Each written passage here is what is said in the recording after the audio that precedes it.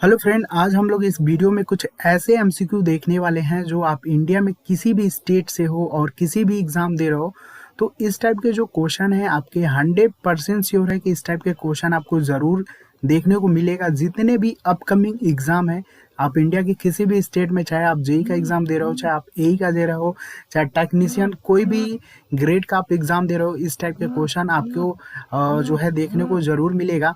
तो हम लोग जो है इस वीडियो में कुछ ऐसे एमसीक्यू देखने वाले हैं जो आपके जितने भी अपकमिंग एग्जाम है वहाँ पे जो भी क्वेश्चन आपके पूछे जाएंगे, कंफर्म है कि इसी पैटर्न पे आपके क्वेश्चन जरूर देखने को मिलेगा। तो चलिए इस वाले सीरीज में हम लोग जो है थोड़ा सा कुछ क्वेश्चन देख लेते हैं जो आपके किसी भी एग्जाम के लिए काफ़ी हेल्पफुल होगा। और इसी टाइप के क्वेश्चन आपको जो है थोड़ा सा आपको साइड बाय साइड जो है आपको थोड़ा सा देखना है ताकि आप जो है दूसरों से थोड़ा सा कुछ बेस्ट कर पाओ। तो चलिए देखते हैं कुछ जो एग्ज़ाम आप कुछ ऐसे एमसीक्यू जो आपके रिसेंटली जो भी अपकमिंग एग्ज़ाम होगा उसमें इसी टाइप के क्वेश्चन आपको देखने को मिलेगा। तो चलिए क्वेश्चन की तरफ हम लोग चलते हैं। तो यहाँ पे देखिए पहला क्वेश्चन यहाँ पे दिया गया है, the electricity act is an act of parliament of India enacted to the transform the power sector in India. जो इलेक्ट्रिसिटी एक्ट जो आपका बनाया गया था आपके पार्लियामेंट में, वो कब आपका यहाँ पे जो है ट्रांसफर किया गया पावर सेक्टर इन इंडिया से, ठीक है, मतलब पार्लियामेंट में पास हुआ और पावर सेक्टर इंडिया में कब वो ट्रांसफर हुआ। तो काफ़ी इंपॉर्टेंट क्वेश्चन है, इसी टाइप के जो क्वेश्चन है आपका जिसमें कोई कॉन्सेप्ट नहीं होगा, ये डाटाबेस आप बोल सकते हो। तो ये इलेक्ट्रिसिटी जो एक्ट है वो आपका 2003 में पार्लियामेंट से जो है पास हुआ था और ट्रांसफर किया गया था पावर सेक्टर इन इंडिया के लिए। तो यहाँ से आपके 2 पॉइंट आपको काफ़ी यहाँ पे याद रखना है। पहला पॉइंट ये है कि अगर आपको इलेक्ट्रिसिटी एक्ट के बारे में पूछता है कि ये कब पास हुआ था, ये याद रखना है आपको 2003 में। लेकिन अगर यही क्वेश्चन घुमा के पूछ ले कि एनर्जी कंजर्वेशन एनर्जी कंजर्वेशन जो एक्ट है वो कब आपका लागू किया गया था, तो ये आपका 2001 में आपका आया हुआ था। एनर्जी कंजर्वेशन एक्ट के थ्रू जो है बीई के काफ़ी ज़्यादा रूल्स होते हैं और यहाँ से क्वेश्चन आपके यूपीपीसीएल में काफ़ी ज़्यादा क्वेश्चन पूछा गया था। जो एनर्जी कंजर्वेशन एक्ट 2021 है, बीई जो होता है एक तरीके की संस्थान है, जितनी भी मैन्युफैक्चर कंपनी है सभी का एक स्टार लेवलिंग जो होता है वो आपका बीई ही कंट्रोल करता है। अगर कोई भी कंपनी इसके अकॉर्डिंग पंजीकरण नहीं है तो वो जो है आपका नाम मैन्युफैक्चर कर सकता, मार्केट में सेल नहीं कर सकता है। यानी मिनिमम जो है इनका जो स्टार लेबलिंग चलता है, अभी स्टार लेबलिंग से भी काफ़ी क्वेश्चन देखने को मिला था यूपीपीसीएल के एग्जाम में। तो बी बोलता है कि अगर आपका जो 3 से लोअर रेटिंग है, जो स्टार लेबलिंग है, अगर उससे नीचे है तो आप किसी भी प्रोडक्ट को मार्केट में आप सेल नहीं कर सकते हो। ये जो रूल्स है आपका 2008 के बाद ये काफ़ी मतलब मतलब लागू हुआ है 2008 के बाद। तो इस टाइप के भी बी से क्वेश्चन आपको जो है क्वेश्चन आपको देखने को मिलेगा। तो इलेक्ट्रिसिटी एक्ट जो 2003 में आपका बना हुआ था पार्लियामेंट से, एनर्जी कंजर्वेशन एक्ट आपका जो है वो 2001 में बना था, जो बी के अंतर्गत जो है ये आपका वर्क करता है। तो इस टाइप के फ्रेंड आपके क्वेश्चन जरूर मिलेंगे और इस टाइप के क्वेश्चन मिल भी रहा है देखने को, चाहे आप कोई भी एग्जाम दे रहे हो। और ये आपका तो इस टाइप के जो है पॉइंट आपको याद रखना है, ठीक है। 2 टाइप के यहाँ से क्वेश्चन आपके उठेंगे। तो चलिए हम लोग नेक्स्ट क्वेश्चन देखते हैं। तो यहाँ पे अगला क्वेश्चन है, काफ़ी इंपॉर्टेंट क्वेश्चन है। देखिए ट्रैक्शन से भी क्वेश्चन आपको देखने को मिल ही रहा है और इन फ्यूचर 100% और भी ज़्यादा क्वेश्चन आपको देखने को मिलेगा ट्रैक्शन से। इस क्वेश्चन में देखिए दिया गया, if the resistance of a electric train movement is given by F R बराबर ए प्लस बी वी और plus C V square in the above expression is a likely to cover. ये जो expression है ये किस मतलब को किस चीज़ को ये कवर कर रहा है आपका। तो यहाँ पे कुछ ऑप्शन दिए गए हैं, आपको पढ़ना है। देखो जब भी ट्रेन हमारा मूव करता है यूनिफॉर्म फॉर्म में, अगर ट्रैक पे चलता है तो उसमें जो है उसका जो रेजिस्टेंस होता है ना, उसका एक तो सरफेस फ्रिक्शनल हुआ, फिर आपके उसके जो ट्रैक है उसके शेप पे, साइज पे, उसके कंडीशन पे डिपेंड करता है। और वेलोसिटी, जो ट्रेन की वेलोसिटी होती है उस पे डिपेंड करता है, जो इसका रेजिस्टेंस होता है। ठीक है, तो यहाँ पे इफ़ द रेजिस्टेंस, आपका यहाँ पे जो रेजिस्टेंस है ना, इलेक्ट्रिक ट्रेन जब मूव करती है तो उसका रेजिस्टेंस का यहाँ पे इक्वेशन दिया गया है आपका। तो ये जो है एक तरीके से आपका फ्रिक्शनल रेजिस्टेंस का ये एक तरीके से क्या है, आपका इक्वेशन है। तो पहला क्वेश्चन ये पूछा जा सकता है आपसे कि सिंपल, देखो इस टाइप के ही क्वेश्चन आपके देखने को मिलेगा एग्जाम में, और आप लोग सोचते हो कि क्वेश्चन कहाँ से बन गया। ठीक है, आपने ट्रैक्शन तो पढ़ा है, और तो इस टाइप के क्वेश्चन आपको मिलेंगे। ठीक है, जो भी आप टॉपिक पढ़ रहे हो तो एग्जामिनर आपको श्योर है कि उस टॉपिक से क्वेश्चन आपको उठाएगा, क्योंकि कंपटीशन का जो लेवल आप देख ही रहे हो। तो ये जो है आपका फ्रिक्शनल रेजिस्टेंस को शो करता है, और जिसे हम एफ आर से बोलते हैं। ठीक है, एफ आर यानी एफ आर से ही बोलते हैं फ्रिक्शनल रेजिस्टेंस। तो यहाँ पे कभी कभी क्वेश्चन पूछ लेगा कि यहाँ पे जो ए है वो क्या रिप्रेजेंट करेगा। तो यहाँ पे जो है ए जो है आपका रिप्रेजेंट करेगा फ्रिक्शनल रेजिस्टेंस को। यहाँ पे बी, ज़्यादातर बी के बारे में पूछा जाता है। ये आपका ट्रैक के रेजिस्टेंस को रिप्रेजेंट करेगा आपका। ये आपका ट्रैक के रेजिस्टेंस को रिप्रेजेंट करता है। और जो सी होता है ये आपका रिप्रेजेंट करता है एयर के रेजिस्टेंस को आपका। तो यहाँ से चलिए अगले क्वेश्चन की तरफ हम लोग चलते हैं। ये भी क्वेश्चन आपका ट्रैक्शन का ही है। The coefficient of adhesion of wet या ग्रीसी रेल, वेट या ग्रीसी रेल है तो उसका जो कोफिशिएंट ऑफ एडहेशन है वो कितना होगा। तो कोफिशिएंट ऑफ जो एडहेशन है इसका आपको फार्मूला भी याद रखना है। इसे हम म्यू ए से भी रिप्रेजेंट करते हैं। इसका जो फार्मूला होता है ये आपका होता है tractive effort to slip the wheel, जिसे हम लोग एफ टी से रिप्रेजेंट करते हैं, और ये बटा होता है एडहेसिव वेट, जिसे हम लोग डब्ल्यू ए से रिप्रेजेंट करते हैं। ठीक है, तो ये नॉर्मली जो होता है आपका, अगर ये रेंज पूछता है 0.25, ये आपका नॉर्मली के केस में होता है। ठीक है, नॉर्मली के केस में आपका 0.25 होता है। तो अगर ये इसकी जो वैल्यू है कोफिशिएंट ऑफ एडहेशन की, ये आपका होता है 0.25 से लेके 0.30। ये होता है नॉर्मली, ये आपका नॉर्मली होता है for clean and dry rails के लिए होता है आपका। ठीक है, लेकिन यही वैल्यू अगर जो है आपका 0.5 से लेस हो जाती है, अगर हमारा मॉइस्ट हो या फिर ग्रेसी टाइप का हो, ठीक है, या फिर फ्रोस्टी टाइप का जो है आपका रेल का सरफेस हो जाए आपका, तो उन कंडीशन में आपका जो होता है आपका 0.5 से लेस हो जाएगा। तो यहाँ पे आपका देखिए क्वेश्चन में यही पूछा गया है कि वेट या ग्रीसी के कंडीशन में आपका पूछा गया है। ठीक है, वेट या ग्रीसी के कंडीशन में तो 0.5 से आपका लेस हो जाएगा। तो यानी सबसे सुटेबल यहाँ पे जो आंसर होगा वो आपका सी जो होगा वो नहीं, तीसरा जो होगा वो आपका सही होगा, 0.0 है। ठीक है, तो इस टाइप का क्वेश्चन आपको देखने को मिलेगा ही ट्रैक्शन से। चलिए नेक्स्ट क्वेश्चन देखते हैं हम लोग। नेक्स्ट यहाँ पे देखो मटेरियल से क्वेश्चन आपको देखने को मिलेगा, तो मटेरियल से भी आपको यहाँ पे ध्यान रखना है। क्वेश्चन दिया गया which type of material is has highest dielectric strength, सबसे ज्यादा जो डाइलेक्ट्रिक स्ट्रेंथ होगा वो आपका किसका होगा, तो ये होगा हमारा पॉलिस्टीरीन का होगा। ठीक है, तो यहाँ पे हम कुछ मटेरियल्स देख लेते हैं, जैसे कि एयर की हम बात करेंगे तो इसके कुछ हम लोग डाइलेक्ट्रिक कांस्टेंट देखेंगे और उसके स्ट्रेंथ देख लेते हैं। इसका जो डाइलेक्ट्रिक कांस्टेंट होता है वो आपका 1 होता है, और स्ट्रेंथ की बात करते हैं तो 3 × 10⁻⁶ होता है। इसी तरीके से हम बात करते हैं बैकलाइट का, तो बैकलाइट का जो डाइलेक्ट्रिक कांस्टेंट होता है वो आपका 4.9 होता है। ऊपर यहाँ पे लिख लीजिएगा, ये मैं लिख रहा हूँ यहाँ पे आपका डाइलेक्ट्रिक कांस्टेंट। काफ़ी ज़्यादा यहाँ से क्वेश्चन बनता है आपके डाइलेक्ट्रिक कांस्टेंट कितना होगा, या फिर ये क्वेश्चन पूछ लेता है कि डाइलेक्ट्रिक स्ट्रेंथ कितना होगा। ठीक है, डाइलेक्ट्रिक स्ट्रेंथ ये हमारा वोल्ट पर मीटर में रिप्रेजेंट किया जा रहा है ये आपका। ठीक है, ये डाइलेक्ट्रिक कांस्टेंट को मैं रिप्रेजेंट कर रहा हूँ।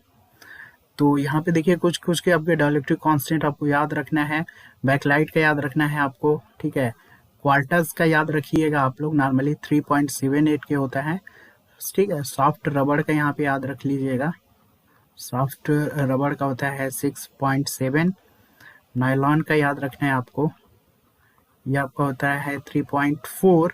इसी तरीके से हम बात करते हैं पेपर का, तो ये होता है 3.7।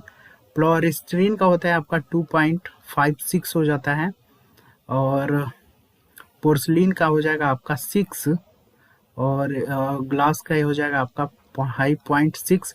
ये अब डाइलेक्ट्रिक कांस्टेंट में लिख रहा हूँ आपका। और वाटर का अगर लिख लीजिएगा, वाटर का होता है नॉर्मली 80 के आसपास होता है, और ठीक है।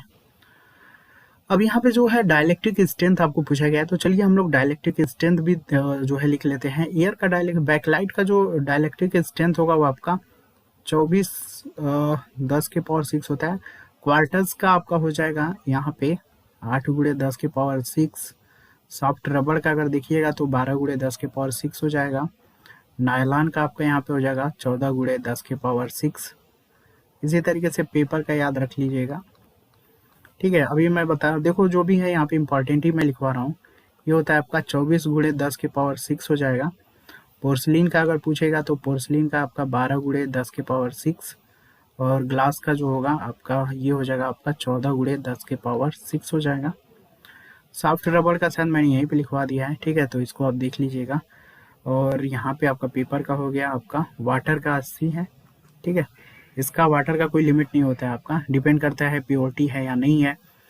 तो यहाँ पे जो है आपको हाईएस्ट आपका यहाँ पे पूछा गया था, तो 24 ये होता है आपका। पोर्सलिन का आप देख ही रहे हो 12 गुणे इतना है, और इसका इतना है। सॉफ्ट रबड़ का मैंने बताया ही है कि इसका भी 12 गुणे 10 के पावर 6 ही होता है। तो नॉर्मली आपको जो है थोड़ा सा याद रखना है, बस यहाँ पे क्या क्या याद रखना है बस ये ध्यान दीजिएगा। क्वार्टर्स के बारे में थोड़ा सा ध्यान दीजिएगा कि सबसे कम है और सबसे अधिक जो है बैकलाइट का है, उसके बाद उससे बैकलाइट का है, और पॉलिस्टीरीन का है आपका, ठीक है। दोनों का लगभग सेम है, तो 2-4 को यहाँ पे जो है थोड़ा सा छांट के जो है अपना देख लीजिएगा। नेक्स्ट चलते हम लोग।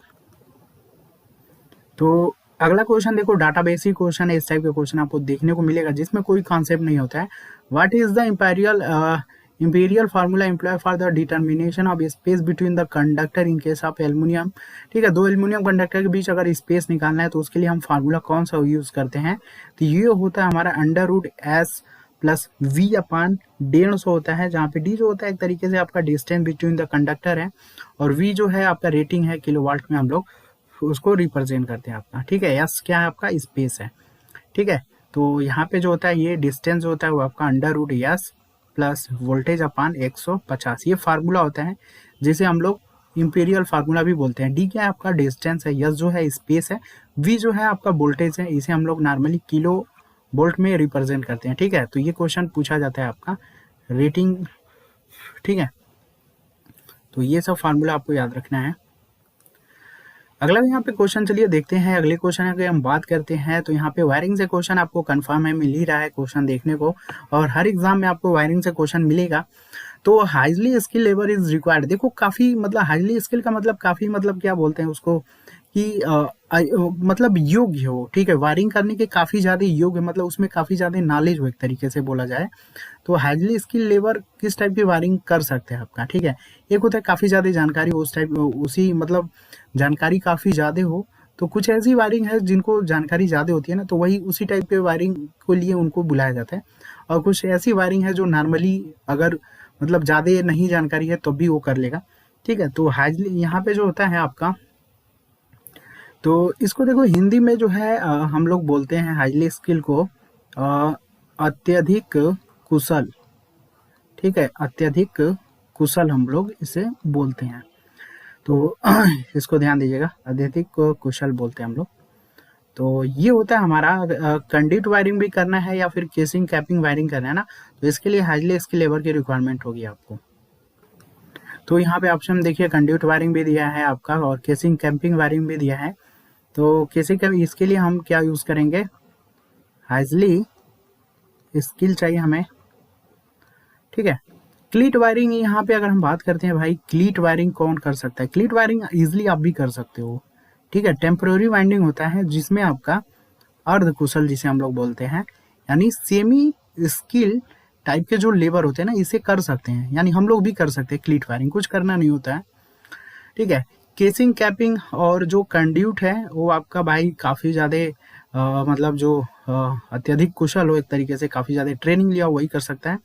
और इसी तरीके से जो है हमारा मेटल मेटल कंड्यूट जो वाइंडिंग होती है, ये भी हमारा हाईली स्किल, मतलब इसके लिए भी काफ़ी ज़्यादा आपको हाईली स्किल की रिक्वायरमेंट होगी, ठीक है। मेटल कंड्यूट वायरिंग और कंड्यूट वायरिंग, केसिंग कैपिंग, इन तीनों के लिए जो है आपको हाईली स्किल के लिए चाहिए। सेमी स्किल के लिए भाई क्लीट वायरिंग भी रहेगा तो काम चल जाएगा। और सीटीएस टाइप की वायरिंग करना है मान लो, या फिर टीआरएस टाइप की अगर वायरिंग आपको करना है, तो इसके लिए बस ओनली स्किल स्किल अगर है नॉर्मली उसके पास तो आप करवा सकते हो। या फिर हम ये बोल सकते हैं कि जो लेड लेड सीटेड जो वायरिंग है वो भी हमारा स्किल टाइप का पर्सन कर सकता है। या फिर हम ये बोलें कि जो पीवीसी कंड्यूट वायरिंग है, पीवीसी कंड्यूट वायरिंग, ये भी हमारा जो स्किल स्किल मतलब जो लेबर है वो आपका इजीली कर सकता है, ठीक है। तो यहाँ पे आपको बस दो चीज़ याद रखना है कि क्लीट वायरिंग के लिए जो है सेमी स्किल यानी अर्ध कुशल, मतलब इजीली हम लोग भी कर सकते हैं क्योंकि हम लोग अर्ध कुशल है, नॉर्मल देख के भी आप कर सकते हो, ठीक है। तो ये अर्ध कुशल इसको बोलेंगे, ठीक है। इसे आप लिख लीजिएगा अर्ध कुशल, ठीक है। क्लीट वायरिंग करने के लिए सेमी स्किल चाहिए भाई। सीटीएस टीआरएस वायरिंग करना है हमें, या लेड सीटेड वायरिंग करना है, या फिर हमें पीवीसी वायरिंग करना है, तो इसके लिए हमें क्या चाहिए? स्किल, बस ओनली फॉर स्किल, ठीक है। लेकिन अगर कंड्यूट वायरिंग करना है, कैसिंग कैपिंग वायरिंग करना है, या फिर मेटल कंड्यूट वायरिंग करना है, तो इसके लिए हमें हाईली स्किल की रिक्वायरमेंट होगी, ठीक है। तो इजिली इसको ध्यान दीजिएगा, ठीक है। इसका आपका होगा ओनली फॉर कुशल, ठीक है। अगर जो लोग हिंदी में सोच रहे होंगे इसको, ये बस कुशल चाहिए। और ठीक है, तो देखो वायरिंग से क्वेश्चन तो आपको मिलेंगे ही मिलेंगे, श्योर है। तो इस टाइप के भी क्वेश्चन आपको देख के जाना है। चलो आगे हम लोग चलते हैं अगले क्वेश्चन की तरफ। तो देखो अगला क्वेश्चन काफ़ी इंपॉर्टेंट क्वेश्चन है। इस टाइप के क्वेश्चन शायद पीसीएल में पूछा गया था आपका। Wind energy is the one of the renewable source of energy, ठीक है। जो वाइंड एनर्जी है एक तरीके का रिन्यूएबल सोर्स ऑफ एनर्जी है। What is the rank of India wind energy production? India का रैंक क्या है भाई वाइंड एनर्जी प्रोडक्शन में? तो इंडिया का जो रैंक है अभी फिलहाल वो आपका चौथे नंबर पे है। ज़्यादातर इंडिया को लेके ही आपको पूछेगा, अदर कंट्री को लेके नहीं पूछेगा, इस चीज़ को ध्यान दीजिएगा, ठीक है। अगर हम बात करते हैं कुछ यहाँ पे इम्पॉर्टेंट पॉइंट्स की, तो अगर हमारे पास देखते हैं सोलर एनर्जी को लेके, तो हमारे पास भारत का जो रैंक है वो अभी 5वें स्थान पे है सोलर एनर्जी प्रोड्यूस करने में आपका, ठीक है। इसी तरीके से अगर हमने देखा कि यहाँ पे वाइंड एनर्जी की ही हम लोगों ने बात किया, तो यहाँ पे ये चौथा अभी रैंक है इनका, इंडिया का आपका, ठीक है। तो ये इंडिया का ही आपको यहाँ पे ज़्यादातर याद रखना है। थर्मल एनर्जी की अगर हम बात करते हैं, तो थर्मल एनर्जी में जो इंडिया का रैंक है वो अभी 5वें नंबर पे है, ठीक है। तो ये तीन इंपॉर्टेंट डाटा याद रखिएगा, ठीक है। और यहाँ पे जो वाइंड एनर्जी का जो हेडक्वार्टर है ये भी थोड़ा सा याद रखिएगा, क्योंकि इस टाइप के भी क्वेश्चन हम अकॉर्डिंग टू मी कंफर्म है आपके बनने के चांसेस रहेंगे ही रहेंगे आपके, ठीक है। क्योंकि पीसीएल आर्मिनल इन लोगों का आप देख ही रहो, ठीक है। इनका जो हेडक्वार्टर है national institute of wind energy का, जो हेडक्वार्टर है आपका यहाँ पे लिख लीजिएगा, national national institute of wind energy is located in, ये आपका है इनका चेन्नई में आपका, ठीक है, चेन्नई में। और यहाँ पे जो है आपके मिनिस्ट्री कौन है यहाँ पे? मिनिस्टर अभी यहाँ पे हमारे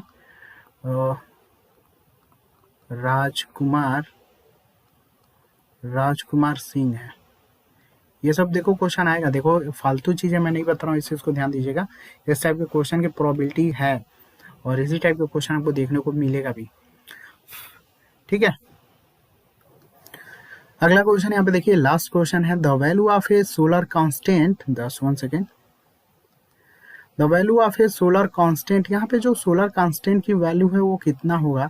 तो यहाँ पे देखो ऑप्शन के अकॉर्डिंग आप देखोगे तो थोड़ा सा कंफ्यूजन होगा, ठीक है। तो यहाँ पे आपको याद रखना है 1.4 किलोवाट पर मीटर स्क्वायर होगा, तो इस चीज को ध्यान दीजिएगा, ठीक है। इसे हम लोग सोलर कांस्टेंट भी बोलते हैं, या फिर हम इसे क्या बोलते हैं, सोलर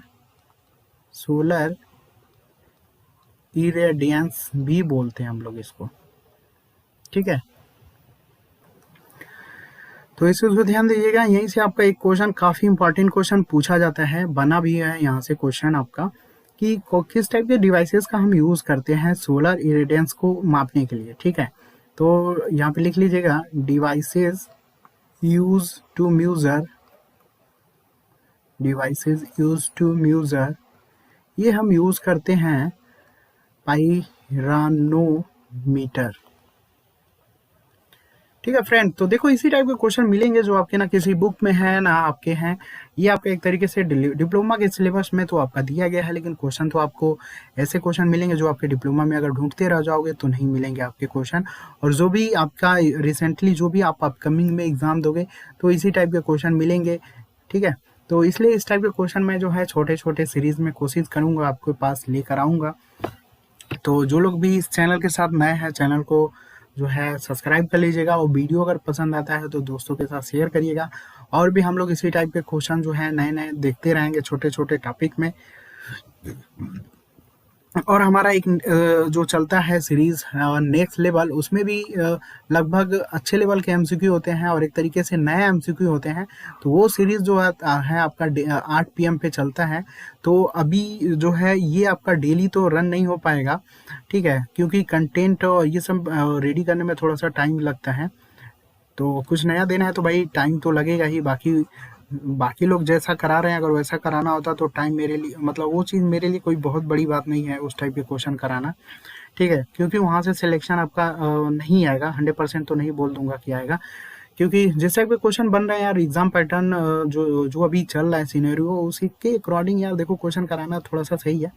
तो नेक्स्ट लेवल जो पावर एमसीक्यू सीरीज है वो भी आपको जल्द ही देखने को मिलेगा, ठीक है। उसमें थोड़ा सा गैप होगा, वीकली 2 दिन मिल जाए, 3 दिन मिल जाए, लेकिन डेली चांसेस कम है क्योंकि टाइम की भी प्रॉब्लम रहती है। तो चलो इसी टाइप की सीरीज आपको और मिलता रहेगा, मिलते हैं हम लोग नेक्स्ट टाइम, ठीक है। Thanks for watching, bye bye.